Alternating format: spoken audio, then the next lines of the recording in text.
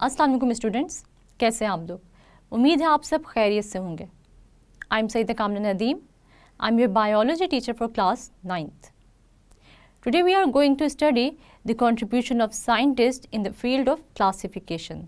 Students, आज हम लोग पढ़ने जा रहे हैं contributions of scientist in the field of classification, यानी क्लासिफिकेशन में किस साइंटिस्ट ने कितना रोल प्ले किया।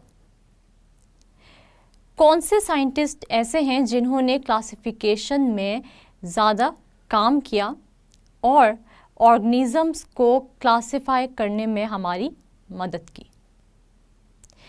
आज हम ये देखेंगे कि किस साइंटिस्ट ने क्लासिफिकेशन को स्टार्ट किया और वो कौन कौन से साइंटिस्ट हैं जिन्होंने क्लासिफिकेशन में अपना अपना रोल प्ले किया और कंट्रीब्यूट किया।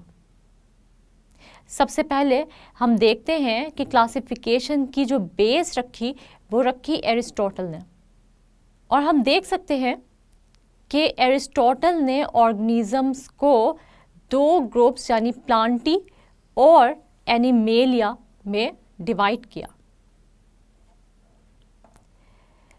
एनिमेलिया में ऐसे ऑर्गेनिजम्स आ गए जिनमें रेड ब्लड सेल्स मौजूद थे और प्लांटी में ऐसे ऑर्गेनिजम्स आ गए जिनमें रेड ब्लड सेल्स मौजूद नहीं थे।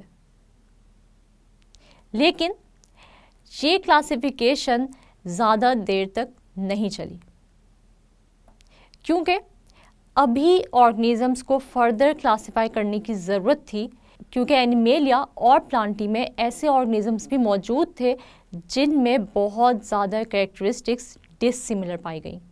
स्टूडेंट्स, नेक्स्ट साइंटिस्ट जो हम पढ़ने जा रहे हैं जिसने बहुत ज़्यादा कंट्रीब्यूट किया क्लासिफिकेशन की फील्ड में और बहुत सारे एनिमल्स को स्टडी किया, तो वो है अबू उस्मान उमर अल जाहिस। अबू उस्मान उमर अल जाहिस ऐसा साइंसदान है जिसने तकरीबन 350 स्पीशीज़ ऑफ एनिमल्स को स्टडी किया और इन सब स्पीशीज़ ऑफ एनिमल्स के बारे में अपनी बुक में भी डिस्कस किया। साथ ही साथ अबू उस्मान उमर अल जाहिस ने आंट्स की लाइफ के बारे में भी बहुत कुछ हमें बताया और आंट्स की कैरेक्टरिस्टिक्स के बारे में भी हमें बहुत ज़्यादा इंफॉर्मेशन दी। स्टूडेंट्स, अगर हम 1172 में देखें तो एक और साइंटिस्ट है जो कि है इब्ने रुश्द, एवेरोस। एवेरोस ने एरिस्टोटल की book De Anima on the soul को अरबी में ट्रांसलेट किया और साथ ही साथ इब्ने रुश्द ने क्लासिफिकेशन की फील्ड में भी बहुत ज़्यादा काम किया। बायोलॉजिस्ट ने 15th सेंचुरी के एंड पर ऑर्गेनिजम्स को क्लासिफाई किया डिफरेंट मेथड्स एडॉप्ट करके। और अगर हम क्लासिफिकेशन की बात करें और हम कैरोलस लीनियस को भूल जाएं तो ऐसा मुमकिन नहीं, क्योंकि कैरोलस लीनियस एक ऐसा साइंटिस्ट है जिसने क्लासिफिकेशन की फील्ड में बहुत ज़्यादा नाम कमाया। और आज जो हम बहुत सारे साइंटिफिक नेम्स पढ़ते हैं ऑर्गेनिजम्स के बाइनोमियल नोमेनक्लेचर के थ्रू, ये सिस्टम भी यानी ऑर्गेनिजम्स को साइंटिफिक नेम्स देने का सिस्टम किसने इंट्रोड्यूस कराया, तो वो भी कैरोलस लीनियस ने इंट्रोड्यूस कराया। साथ ही साथ कैरोलस लीनियस ने डिवाइड किया नेचर को इनटू 3 किंगडम्स, और वो कैटेगरीज क्या थी?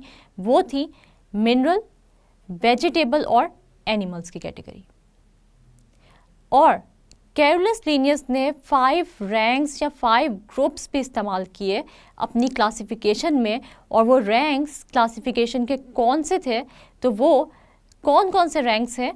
क्लास, ऑर्डर, जीनस, स्पीशीज और वैरायटी। जैसे कि हमने देखा कि कैरोलस लीनियस ने बहुत सारे ऑर्गेनिजम्स को साइंटिफिक नेम दिया, और इसका फ़ायदा क्या हुआ कि आज जब किसी भी ऑर्गेनिज्म का नाम लिया जाता है तो साइंटिस्ट उसका साइंटिफिक नेम यूज़ करते हैं, क्योंकि डिफरेंट साइंटिस्ट का ताल्लुक डिफरेंट ममालिक से होता है और हर मुल्क की अपनी अपनी लैंग्वेज होती है। और इसी तरह उस कंट्रीज़ में डिफरेंट सिटीज़ के डिफरेंट एरियाज़ में भी उन ऑर्गेनिजम्स का नाम डिफरेंट लिया जाता है। इसलिए किसी भी ऑर्गेनिज्म को अगर हम स्टडी करना चाहते हैं तो डिफरेंट नाम के साथ उनको स्टडी करना इंतहाई मुश्किल था, मगर कैरोलस लीनियस ने ये काम आसान कर दिया, बल्कि बहुत ही आसान कर दिया। किस तरह? इंट्रोड्यूस कराकर बाइनोमियल नोमेनक्लेचर, यानी हर ऑर्गेनिज्म का एक स्पेसिफिक साइंटिफिक नेम देकर। और आज भी यही सिस्टम चला आ रहा है, जिसकी बेस पर हम ऑर्गेनिजम्स को डिफरेंट साइंटिफिक नेम से पुकारते हैं। और साइंटिस्ट के लिए ये बात बहुत ही आसान हो जाती है कि वो किसी भी ऑर्गेनिज्म पर स्टडी कर सकें, क्योंकि अब हर साइंटिस्ट को पता है कि अनियन को हम साइंटिफिक नेम क्या देंगे, या फिर हम रोज़ को यानी गुलाब को हम किस साइंटिफिक नेम से पुकारेंगे। और इसी तरह अगर हम ह्यूमन बींग्स की बात करें तो उनका साइंटिफिक नेम क्या है। ये सारे के सारे ऑर्गेनिजम्स के साइंटिफिक नेम्स आपको भी आने चाहिए, ताकि आगे जाकर अगर आप रिसर्च करना चाहते हैं तो आपके लिए भी आसान हो इन ऑर्गेनिजम्स पे रिसर्च करना और इनको एक ही साइंटिफिक नाम से पुकारना। स्टूडेंट्स, हमारे पास एक और साइंटिस्ट है जिन्होंने क्लासिफिकेशन की फील्ड में बहुत काम किया और इन्होंने प्लांट्स को 15 ग्रुप्स में क्लासिफाई किया और इन ग्रुप्स को जेनरा का नाम दिया। और ये किस साइंटिस्ट ने किया? ये है एंड्रिया कैसल पिनो। अगर हम जॉन रे की कंट्रीब्यूशन देखें तो जॉन रे ने बहुत ज़्यादा काम किया ऑन क्लासिफिकेशन ऑफ प्लांट्स, और जॉन रे ने अपने काम को यानी प्लांट्स की क्लासिफिकेशन पे जितना भी काम किया उस सारे काम को पब्लिश भी किया, ताकि वो सारी रिसर्च या वो सारी इंफॉर्मेशन जो कि प्लांट्स की क्लासिफिकेशन से ताल्लुक़ रखती है वो सारी की सारी इंफॉर्मेशन आप तक और हम तक भी पहुँचे। स्टूडेंट्स, इसके बाद जो साइंटिस्ट है वो है हमारे पास ऑगस्टस रिवेनस। ऑगस्टस ने इंट्रोड्यूस कराया टेक्सा, जो कि था टेक्सा किसका? ऑर्डर का, यानी ऑर्डर का टेक्सॉन जो है ये इंट्रोड्यूस कराया था ऑगस्टस रिवेनस ने।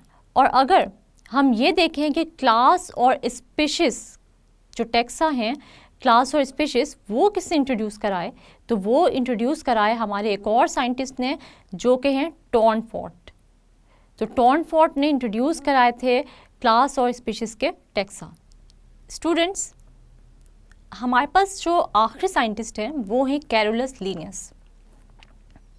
और आप लोगों को पता है कि कैरोलस लीनियस ने बहुत ज़्यादा ऑर्गेनिजम्स को क्लासिफाई किया उनकी फिज़िकल कैरेक्टरिस्टिक्स की बेस पर, यानी वो ऑर्गेनिजम्स जो कि फिज़िकली सिमिलर थे उनको एक ग्रुप में रख दिया, और वो ऑर्गेनिजम्स जो कि फिज़िकली एक दूसरे से डिसिमिलर थे या डिफरेंट थे उनको दूसरे ग्रुप में रख दिया।